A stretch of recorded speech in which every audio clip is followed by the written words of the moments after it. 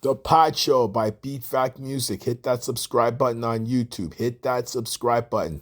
Go and hit Beat Fact Music. BeatFakMusic. Hit that subscribe button. Also, we're on Spotify, Apple Podcasts. Check it out. NBA Finals is tonight. And I know for those that are gearing up for the game are ready and set to go watch this epic battle between two teams who are chasing their first franchise championship. But I've already done my preview and picks and all that, and my pick for the championship, of course. But another situation that happened Tuesday, and I didn't address it right away. Put your emotions in check. Keep yourself focused. Keep your mind focused.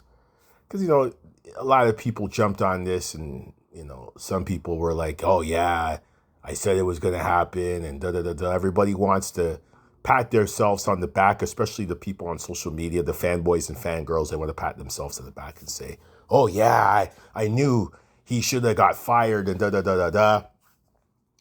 Now, if you don't know who I'm talking about by now, I don't know what to tell you. So, anyways, Coach Thibs was relieved of his duties after 5 seasons in New York, where he accumulated 226 wins,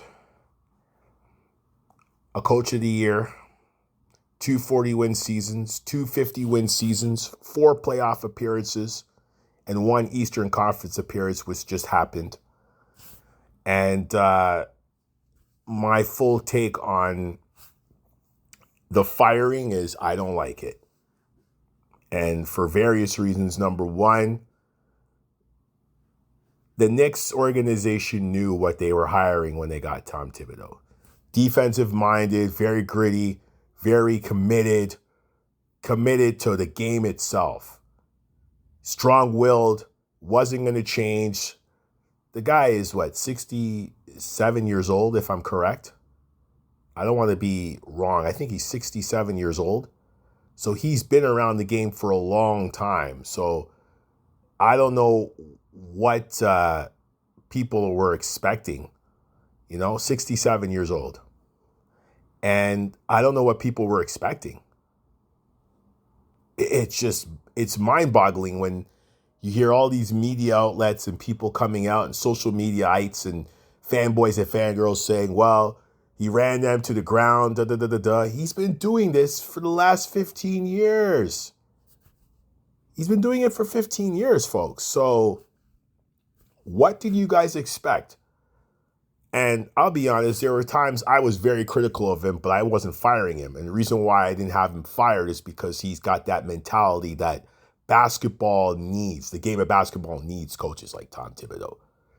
Commitment to both sides of the ball, commitment to focus, commitment to playing basketball, fundamental basketball, which is no longer important in most cases. If you watch AAU, high school, OBA, it's just a bunch of guys who think they could play and their parents tell them that they're great, their coaches tell them that they're great, or the coaches don't teach them the right mechanics. You got social media boosting them. Like, it's no longer there. Even in the NBA game, there are some players who feel that they were great and they're not. But for the most part, Tom Thibodeau did a good job. He did a good job. I can't even wrong him for the commitment that he put in to helping the Knicks get out of the ICU unit. They were in ICU for the last, 15, 20 years. So shout out to him. I wouldn't have fired him.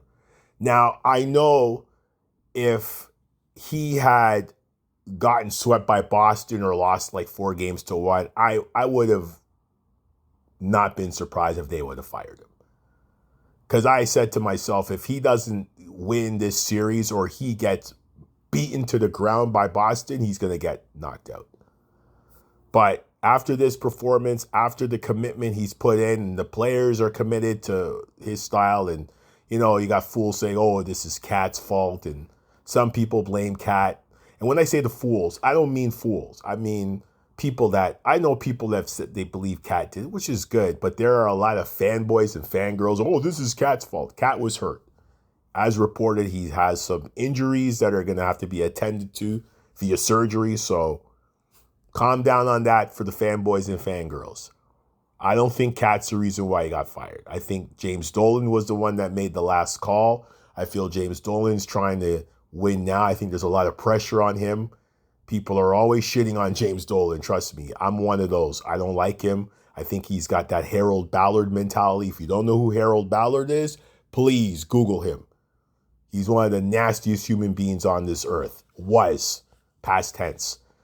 So before Thibs even became the coach, the Knicks records were the following: 21-45, 17-65, 29-53, 31-51, 32-50, 17-65. In all cases, did not make the playoffs. So what Thibs did in his 5 years is remarkable.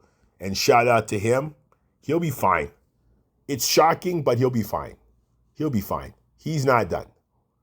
That type of coaches, you praise them, you give them the respect that they deserve. I don't like the move. Now, who's going to be coming in? I've heard Jay Wright, whatever. Mike Malone, whatever. This one, whatever. The old saying, the grass is greener on the other side, that's a lie. The grass isn't always greener on the other side. They better find somebody that can continue this, especially on the defensive part. Because if they don't, and I don't want to hear Rick Brunson. It's not happening. I've heard some people say Rick Brunson, calm down. He might not even be on the team come October. We know Jalen Brunson might have pulled, maybe not. It all depends on who the new coach is. It all depends on how much autonomy Leon Rose gives him, the new coach. And I'll tell you guys this right now, Leon Rose is on the hot seat. If the Knicks go into this season and they just absolutely shit the bed, he's going to be gone. Him and his buddy there, Worldwide West or whatever, West Worldwide or whatever they want to call him, they're going to be gone. So even the playoff minutes, a lot of people talked about the playoff minutes, and I was able to get that. And Bridges played 706 minutes. OG played 705. Brunson played 680. Josh Hart 642. Cat played 639. Those were the top 5 minutes played in the playoffs. At 6th was Ant-Man at 583. Crazy. So, yeah, he was doing what that's Thibs though. I remember when Derrick Rose got hurt. Oh, Derrick Thibs.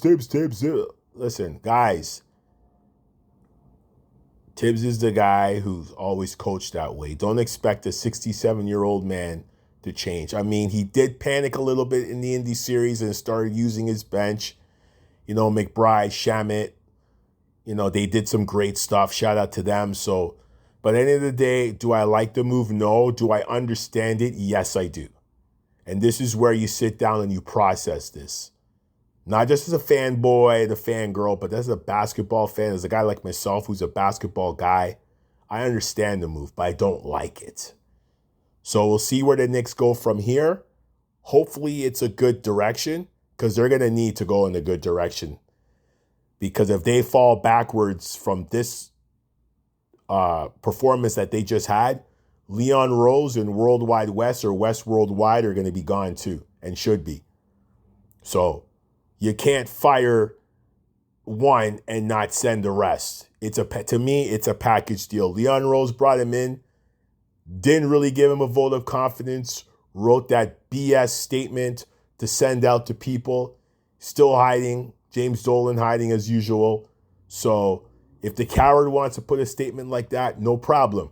But if the cowards, the team that he put together, goes below what they did this year, and I mean they better get to the finals and they better win, he could pack his bags to him and West Worldwide or Worldwide West or whatever he calls them. So that's my take on the Thibs situation. NBA Finals, it's here. Folks, I'm out. As I said before, wherever you are listening right now, good morning, good afternoon, good day, good evening, good night. I'm out. Peace.